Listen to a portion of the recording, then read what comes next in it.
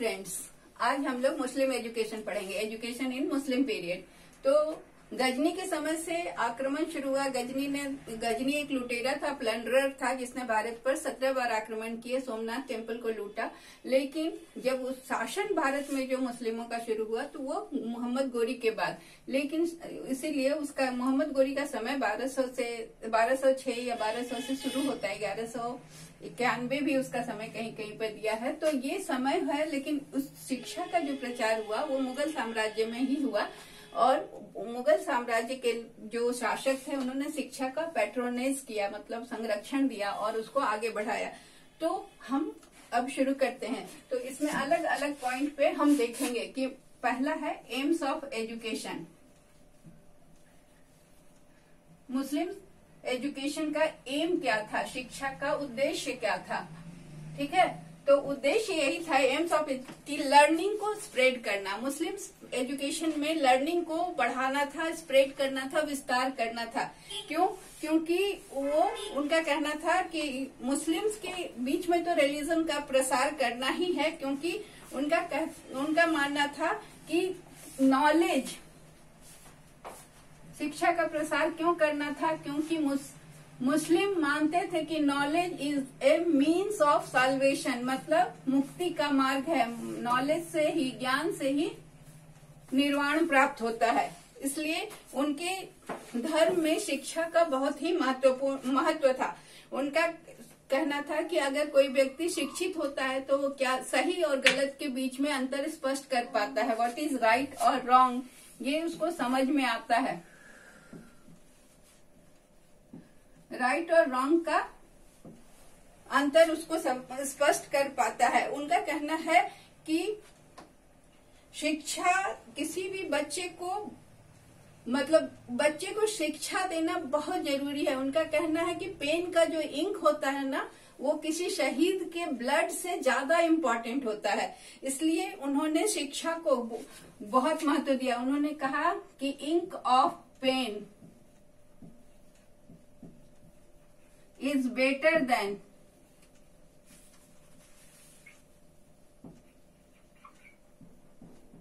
the blood of martyr।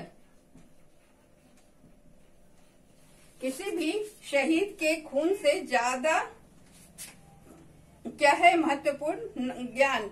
तो इसलिए ये कहता है कि शिक्षा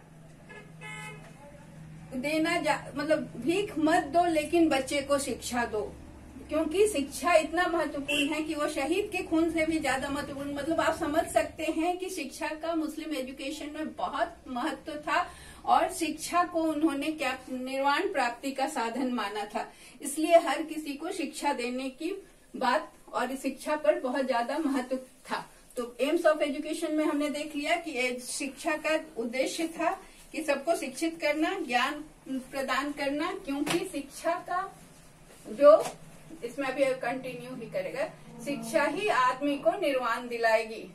एम्स ऑफ एजुकेशन अभी चलेगा कंटिन्यू। ठीक है,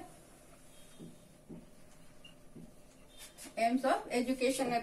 और क्या था कि शिक्षा का दूसरा एम क्या था? स्प्रेड ऑफ इस्लाम, ज्ञान देना, फिर इस्लाम का प्रचार प्रसार भी करना। सभी मुस्लिम थॉट का प्रसार करना, क्योंकि हर मुस्लिम जो इस्लाम का स्प्रेड करना है, जो हर मुस्लिम का पायस ड्यूटी माना गया। हर मुस्लिम का पवित्र कर्तव्य है कि वो इस्लाम का प्रचार प्रसार करे। ठीक है, तो पायस ड्यूटी। फिर क्या था कि spread of Muslim culture. Muslim culture बहुत रिच था और इस कल्चर का प्रचार प्रसार भी शिक्षा का उद्देश्य था, जिसे हम आगे देखेंगे कि उसमें बहुत सारी चीजें लोगों को सिखाने की भी बात की गई थी। तो स्प्रेड ऑफ मुस्लिम कल्चर, ये स्प्रेड के लिए मैं यहाँ कर दे रही हूँ। फिर क्या था? Infusion of distinct morality. Morality का भी बहुत महत्व था। इसमें नैतिकता का इन्फ्यूजन ऑफ डिस्टिंक्ट मोरालिटी, मतलब नैतिकता का इन्फ्यूजन, मतलब सब में नैतिकता का भाव भरना। ठीक है, अभी तक। उसके बाद है फॉर्मेशन ऑफ कैरेक्टर। शिक्षा का उद्देश्य क्या था? चरित्र का निर्माण।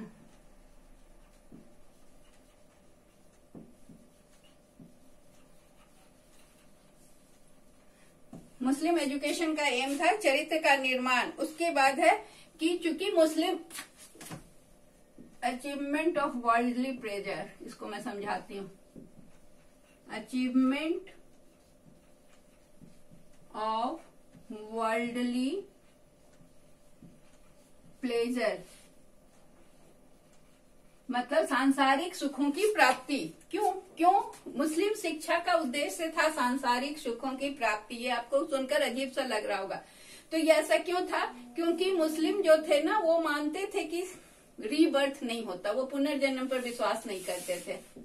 पुनर्जन्म या रीबर्थ पर विश्वास नहीं करते थे, इसलिए वो इसी जन्म में वर्ल्ड के सारे प्लेजर को एंजॉय करना चाहते थे, सारे कंफर्ट्स को एंजॉय करना, सारे आराम, सारी सुविधाएं, धन, ऐश्वर्य सभी को एंजॉय करना चाहते थे। क्योंकि उनका मानना था, या उनके मुस्लिम धर्म में मान्यता थे कि रीबर्थ नहीं होता। फिर अब शिक्षा का संगठन कैसा था? ऑर्गेनाइजेशन ऑफ एजुकेशन, ये तो हो गया उद्देश्य। अब हम देखते हैं ऑर्गेनाइजेशन ऑफ एजुकेशन, संगठन। शिक्षा का संगठन मतलब जो शिक्षण संस्थान थे उनको कहाँ से वित्तीय सहायता मिलती थी, उन्हें धन कहाँ से प्राप्त होता था। तो ऑर्गेनाइजेशन ऑफ जो था, इसमें क्या था कि रूलर लोग जो थे, राजा लोग का पैट्रोनेज होता था। मतलब शिक्षण संस्थाओं के संरक्षक कौन होते थे? किंग्स। ठीक है, संरक्षक क्या करता है? संरक्षक उनको फंड देते थे, संरक्षक उनकी देखभाल करते थे, उनकी जरूरतों को पूरा करते थे। रिलीजियस ऑब्लिगेशन मानते थे। जो भी रूलर होते थे वो शिक्षण संस्थाओं का देख रेख, रख रखाव और उनका खर्च का जुगाड़ करना, ये सब उनकी रिलीजियस ड्यूटी होती थी, धार्मिक कर्तव्य। ठीक है, उसके बाद है कि वो उनका धार्मिक कर्तव्य था कि शिक्षा का प्रचार करें और शिक्षण संस्थाओं को आर्थिक सहायता करें। और वो क्या करते थे? एजुकेशनल यूनिवर्सिटीज का निर्माण। दे बिल्ट एजुकेशनल यूनिवर्सिटीज, शिक्षा विश्वविद्यालय, एजुकेशनल इंस्टीट्यूशंस ही लिख देते हैं उसमें। यूनिवर्सिटीज, मकतब, मदरसा, ये सारी चीजें आती थी। तो वो इसके अलावा इंस्टीट्यूशंस की स्थापना करते थे, और वो उनको भी पैट्रोनाइज करते थे। जो लर्नेड मैन होते थे, जो शिक्षक होते थे, मैन ऑफ लर्निंग, जो शिक्षा देने वाले होते थे, शिक्षक, उनको भी वो संरक्षण देते थे। उनका भी पैट्रोनेज जो भी शासक होते थे वही करते थे, रूलर्स ही करते थे। ठीक है, और दो तरह का सिस्टम था शिक्षा का। एक था प्राइमरी शिक्षा की, दो तरह की व्यवस्था थी, प्राइमरी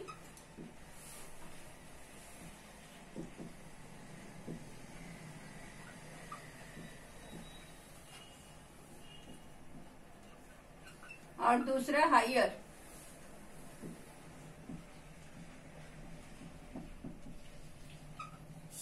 प्राइमरी शिक्षा जो थी वो क्या थी? वो उसको हम लोग कहते थे मकतब। एजुकेशनल सेंटर जो था वो प्राइमरी शिक्षा का जो था उसको कहते थे मकतब। ये मकतब क्या होते थे? ये मकतब एलिमेंट्री स्कूल होते थे।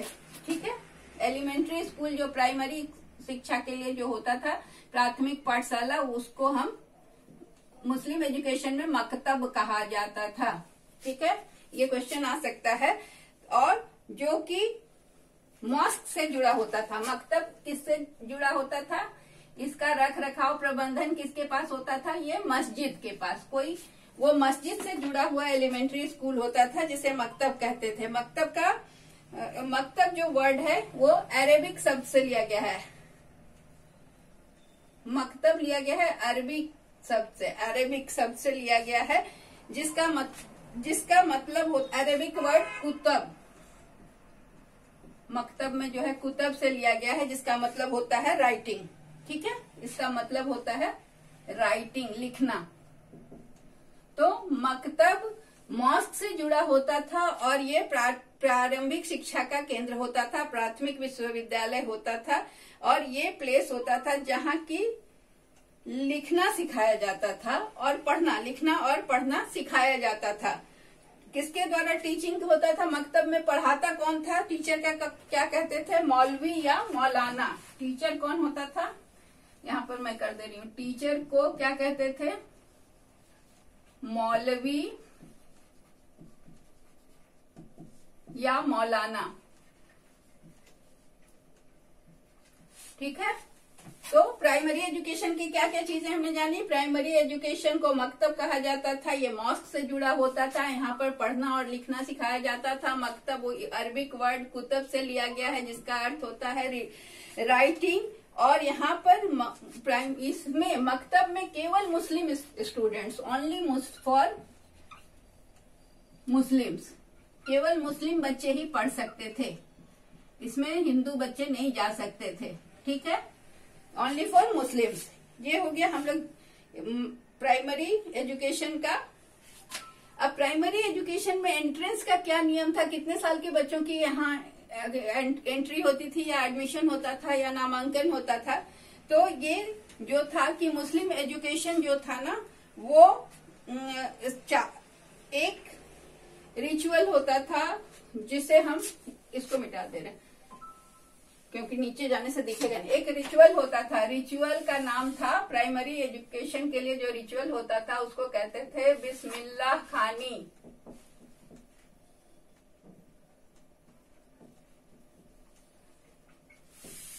बिस्मिल्लाह खानी रिचुअल के बाद बच्चों का प्रवेश होता था। और उसमें क्या होता था? कितने साल के बच्चों को लिया जाता था? जब बच्चा 4 साल 4 महीना और 4 दिन का होता था, 4 years 4 months एंड 4 days का जब बच्चा होता था, तब उसका एक रस्म होता था बिस्मिल्लाह खानी। उसके बाद उसको मकतब में प्रवेश कराया जाता था, एडमिशन होता था। ये इस चाइल्ड को इसके पहले जब ये बिस्मिल्लाह खानी के लिए चाइल्ड को किसके सामने प्रस्तुत किया जाता था? तो ये मौलवी या मौलाना के सामने प्रस्तुत किया जाता था। और मौलाना उनको नए कपड़े पहनाकर बच्चे को सभी रिलेटिव्स के साथ मौलाना के पास लाया जाता था। और मौलाना जो होते थे या मौलवी जो उनके टीचर होते थे, वो होली कुरान के आयत्स को पढ़ते थे। आयत्स ऑफ होली कुरान को पढ़ते थे बच्चे के लिए। और उसके बाद होली कुरान को पढ़कर और बच्चा को वो पढ़ते थे, एक एक आयत पढ़ते थे और बच्चा उसको रिपीट करता था। रिपीट करने के बाद फिर उनको केवल अगर नहीं रिपीट कर सके, कोई बच्चा को रिपीट कर आयत पढ़ रहे हैं मौलवी या मौलाना और बच्चा को रिपीट करना है, होली कुरान के आयत को पढ़कर रिपीट करना। अगर कोई बच्चा नहीं पढ़ पाए, नहीं बोल पाए, ना रिपीट कर पाए, तो उसे केवल बिस्मिल्लाह करना होता था। ठीक है, उसके बाद क्या है कि प्राइमरी एजुकेशन का दूसरा और भी सेंटर्स थे प्राइमरी एजुकेशन के, जिसको हम कहते थे, यहाँ प्राइमरी एजुकेशन के और सेंटर्स थे जिनको खानक्वाह या दरगाह भी कहते थे। ठीक है, खानक्वाह या दरगाह भी कहा जाता था, वहां भी प्राथमिक शिक्षा दी जाती थी। ठीक है, तो ये तो हमने देख लिया प्राथमिक शिक्षा। तो ये हुआ मकतब। अभी हम मकतब के बारे में जानेंगे, फिर बाद में हम हायर एजुकेशन में पहुंचेंगे। तो मकतब में फिर अब क्या होता था, मकतब के बारे में जानते हैं। अभी तक हमने क्या जाना कि प्राइमरी एजुकेशन मकतब में दिया जाता था, जो मस्जिद से जुड़ा होता था वहाँ के टीचर को मौलवी कहा जाता था या मौलाना कहा जाता था, और बच्चे को प्राथमिक शिक्षा के लिए मौलवी के सामने लाया जाता था। कब लाया जाता था? जब वो 4 साल 4 महीने और 4 दिन का हो जाता था। फिर एक रिचुअल होता था जिसे बिस्मिल्लाह खानी कहते थे, और उसमें मौलवी होली कुरान की आयतें पढ़ते थे और बच्चे को दोहराना होता है। बच्चा नया कपड़ा पहनकर अपने सारे रिश्तेदारों के साथ बैठता है और मौलवी के कहे गए या पढ़े गए आयतों को दोहराता है। अगर नहीं दोहरा पाए तो उसे केवल बिस्मिल्लाह कहना होता है, उसके बाद उसे प्रवेश मिलता है। और भी दूसरे जो संस्थाएं थी प्राइमरी एजुकेशन की, जिसमें एक खानकाह था, एक दूसरा दरगाह था। अब करिकुलम देखते हैं। प्राइमरी करिकुलम का मतलब होता है पाठ्यक्रम। तो करिकुलम में क्या चीज होता है कि मकतब में करिकुलम में बच्चों को 3, ये मकतब का है प्राइमरी एजुकेशन का, ठीक है। तो इसमें बच्चों को 3R सिखाया जाता है। 3R क्या है? रीडिंग, राइटिंग और एरिथमेटिक, ठीक है, अंक गणित, ये बेसिक चीज। तो वो क्या है, और उसके बाद उन्हें ये सिखाया गया। फिर अल्फाबेट सिखाया जाता है। उसके बाद दूसरा चीज उनको अल्फाबेट सिखाया जाता है। अल्फाबेट सिखाया जाता है और अल्फाबेट के लेटर्स को सीखने के बाद उनको वो कुरान का वो तीसरे में फिर उनको अल्फाबेट सीख लेते हैं, तो होली कुरान का वो पोर्शन उन्हें पढ़ना पड़ता है जो कि नेसेसरी है उनके रिलीजियस ड्यूटीज को करने के लिए, जो उनके धार्मिक कृत्यों को करने के लिए जो जरूरी होता है, वो पोर्शन को पढ़ाया जाता है। प्राइमरी एजुकेशन में होली कुरान के उस पोर्शंस को पढ़ाया जाता है जो उनके रिलीजियस ड्यूटी या धार्मिक कर्तव्यों को पूरा करने के लिए जरूरी होता है।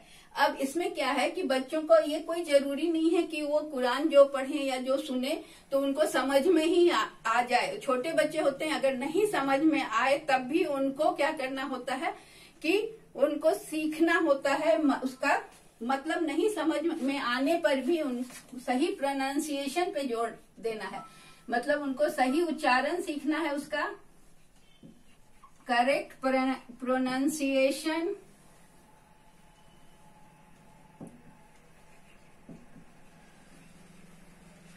अर्थ नहीं भी समझ में आ रहा है तो उसका उच्चारण सही सीखना है और उनको याद करना है, रटना है, और मेमोराइजेशन,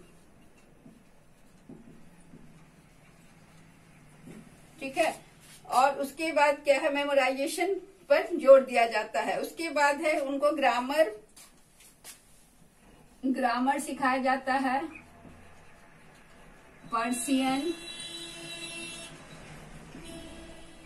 अरेबिक सिखाया जाता था, ठीक है, और उर्दू। इसके अलावा सबसे ज्यादा जोर किस पर दिया जाता था, तो गुड हैंड राइटिंग अच्छी होनी चाहिए, उच्चारण सही होना चाहिए। ये अभी भी हम लोग देखते हैं ना कि मुस्लिम लोग का उच्चारण बहुत अच्छा होता है, और जिसको हम लोग तलफ्फुज बोलते हैं वो बहुत अच्छा होता है, राइटिंग बहुत अच्छी होती है, बहुत नीट एंड क्लीन वो लिखते हैं। तो इसके लिए बचपन से ही उनको ये सिखाया जाता है। फिर इसके बाद है कि उनको क्या क्या पढ़ना पड़ता है, अंक गणित, अरिथमेटिक, 3R में हमने देखा था अरिथमेटिक। इसके बाद अरिथमेटिक के साथ साथ उनको क्या क्या पढ़ना है, कन्वर्सेशन, पोएट्री, कन्वर्सेशन बातचीत करने का तरीका, कविता, पोएट्री, और मैनर्स, गुड मैनर्स, तहजीब जिसको कहते हैं, जिसमें वो बहुत धनी होते हैं, गुड मैनर्स, ये बचपन से ही सिखाया जाता है, इसीलिए ये सारी चीजें उनमें अच्छे से पाई जाती हैं। फिर गुलिस्ता और शादी, गुलिस्तां और शादी की किताबें उनको पढ़नी होती हैं, जो कि शादी की फेमस बुक बोस्तां के द्वारा लिखी गई गुलिस्तां और शादी की फेमस बुक बोस्तां पढ़नी पड़ती है इनकी। और ये पढ़ने से ये टेक्स्ट बुक के रूप में प्रेस्क्राइब होता है।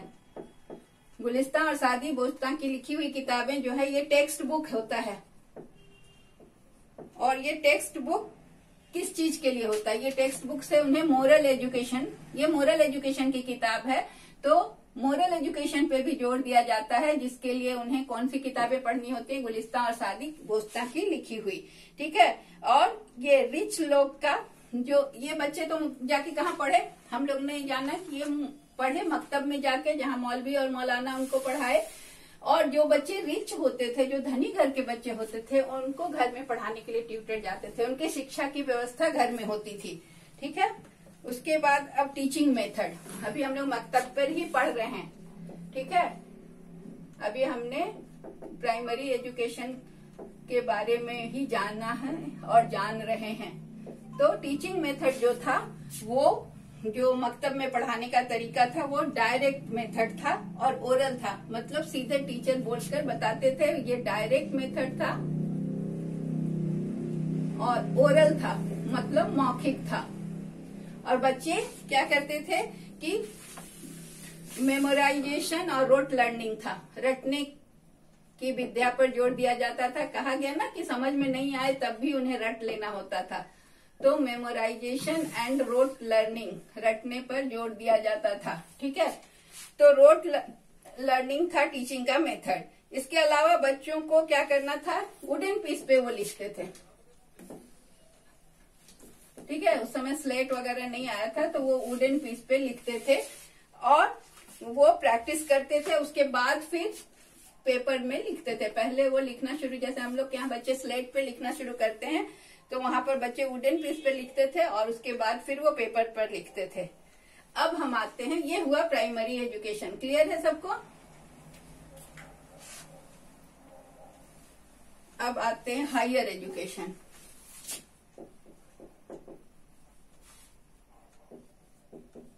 उच्च शिक्षा, ठीक है। तो हायर एजुकेशन का जो सेंटर था उसको कहते हैं मदरसा।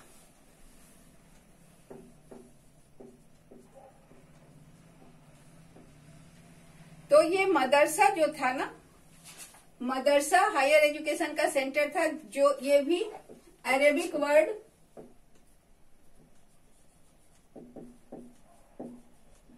डार्स से लिया गया है। डार्स जिसका मतलब होता है लेक्चर, जिसका मतलब होता है लेक्चर, व्याख्यान, ठीक है। तो अरेबिक वर्ड डार्स से लिया गया, बना मदरसा। ये प्लेस था जहां पर क्या होता है? लेक्चर दिया जाता है। लेक्चर दिया जाता है, इसीलिए इसे मदरसा कहा जाता है। ये एजुकेशनल इंस्टीट्यूशन था जिसमें कि हायर एजुकेशन दिया जाता था, उच्च शिक्षा दी जाती थी। और ये एजुकेशन खास करके इस्लामिक एजुकेशन होता था, ठीक है। तो ये हमारा, उसके बाद क्या है कि जब प्राइमरी एजुकेशन खत्म हो जाता था बच्चों को, तब वो हायर एजुकेशन के लिए मकतब से निकलकर वो कहाँ जाते थे? मदरसा में जाते थे। और मदरसा में जाने के बाद उनको क्या करना था कि हायर लर्निंग सेंटर पे उनको पढ़ना पड़ता था। तो ये सेंटर बहुत जगह था, ऐसा नहीं था कि एक ही जगह पर था, पूरे देश में बहुत जगह पर था। तो higher centre for higher learning जो था ना, सेंटर्स, वो था आगरा, उसके बाद लाहौर, सियालकोट, मुल्तान, दिल्ली। आगरा, लाहौर, दिल्ली, मुल्तान। उस समय पाकिस्तान और भारत अलग अलग नहीं हुआ था, इसलिए ये सारे जगह थे। सियालकोट के अलावा ये सारी जगहों पर, मुर्शिदाबाद वेस्ट बंगाल में भी था, मुर्शिदाबाद, ये सब हायर एजुकेशन के सेंटर थे, ठीक है।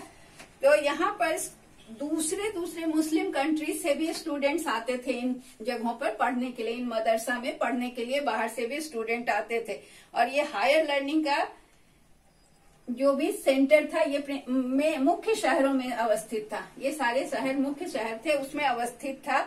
और क्योंकि ये था ना कि जो भी स्कॉलर्स थे, जो विद्वान थे, वो मेन सिटीज में या मेन सेंटर्स पे अवेलेबल थे, तो इसीलिए उसी तरह से यहाँ पर एजुकेशनल इंस्टीट्यूशंस स्टैब्लिश किए गए थे। अब हायर एजुकेशन का सेंटर देख लिया हमने, अब देखना है कि करिकुलम, हायर एजुकेशन का करिकुलम क्या था, पाठ्यक्रम क्या था, उसमें क्या क्या चीजें पढ़ाई जाती थी। तो करिकुलम में पहले था कि रिलीजियस भी पढ़ाया जाता था और सेकुलर भी, religious and secular both. Religious का मतलब क्या हुआ, धार्मिक, और सेकुलर का हुआ धर्मनिरपेक्ष, मतलब दोनों तरह की पढ़ाई होती थी। और इसमें क्या था कि हायर एजुकेशन का पीरियड क्या था, 10 to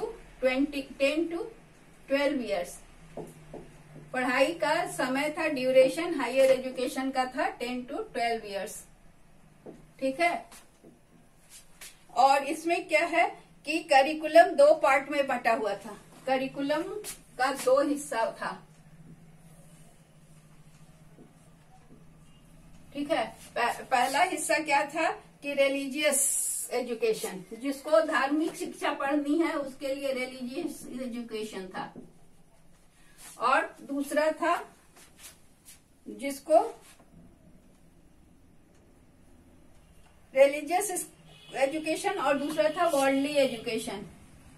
मतलब वहां बाध्यता नहीं थी कि आपको सिर्फ धार्मिक या इस्लाम ही पढ़ना है, वर्ल्डली एजुकेशन की भी सुविधा थी, जो कोई चाहे वो पढ़ सकता था। तो रिलीजियस एजुकेशन में क्या क्या पढ़ाई होती थी, तो deep study of Quran, religious में कुरान, सूफीज्म,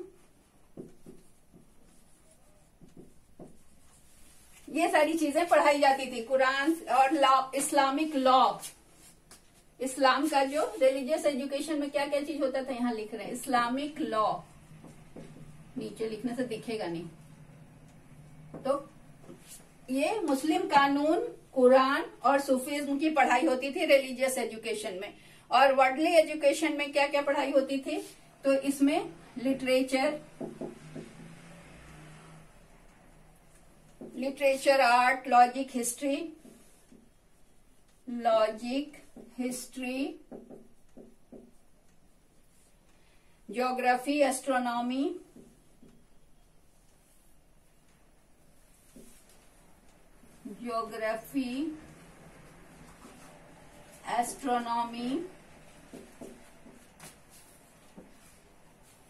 और एग्रीकल्चर एंड मेडिसिन,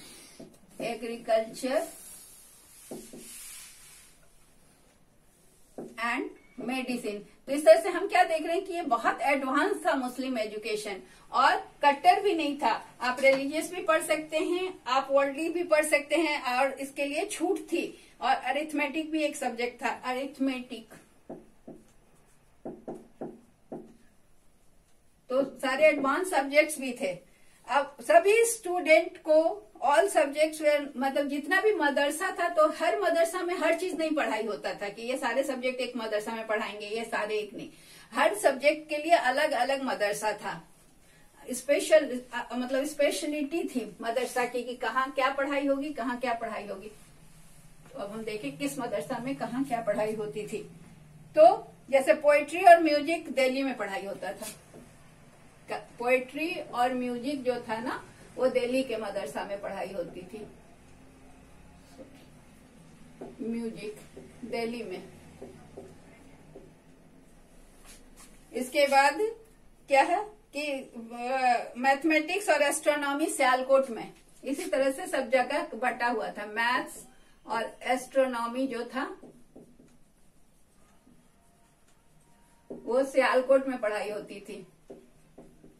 और ये सब मदरसा में चूंकि बच्चे बाहर जाते थे, दूर दूर जाकर पढ़ना होता था, तो वहां फूडिंग और लॉजिंग की व्यवस्था थी, रहने खाने की व्यवस्था होती थी।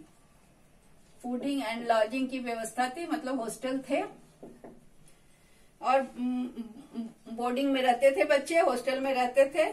और कुछ जगह, कुछ बड़े शहरों में वहां पर क्या था कि एडवांस सब्जेक्ट पढ़ने के लिए जो जगह थे उस थे लाहौर, मुल्तान,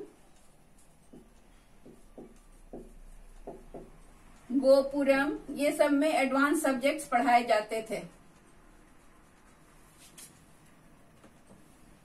अब मेथड ऑफ टीचिंग, मदरसा में क्या था मेथड ऑफ टीचिंग? ये सब्जेक्ट्स हो गया, सेंटर्स हो गए। अब मेथड्स ऑफ टीचिंग,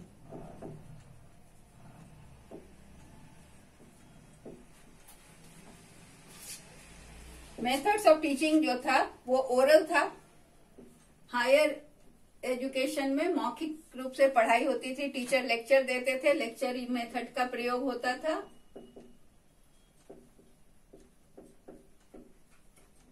ठीक है। और मॉनिटोरियल सिस्टम था, ये बहुत इंपॉर्टेंट है, इससे बहुत क्वेश्चन आता है, हमेशा आता है एग्जाम में कि मॉनिटोरियल सिस्टम किस प्रथा में थी और मॉनिटोरियल सिस्टम क्या है।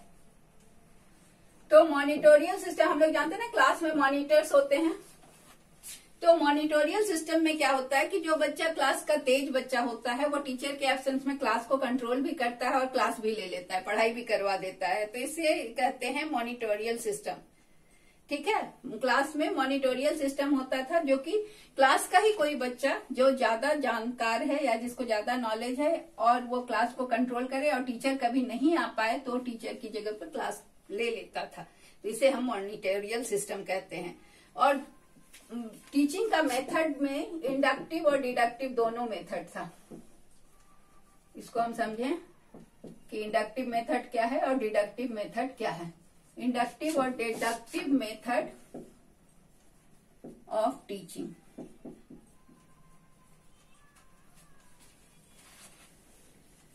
इंडक्टिव और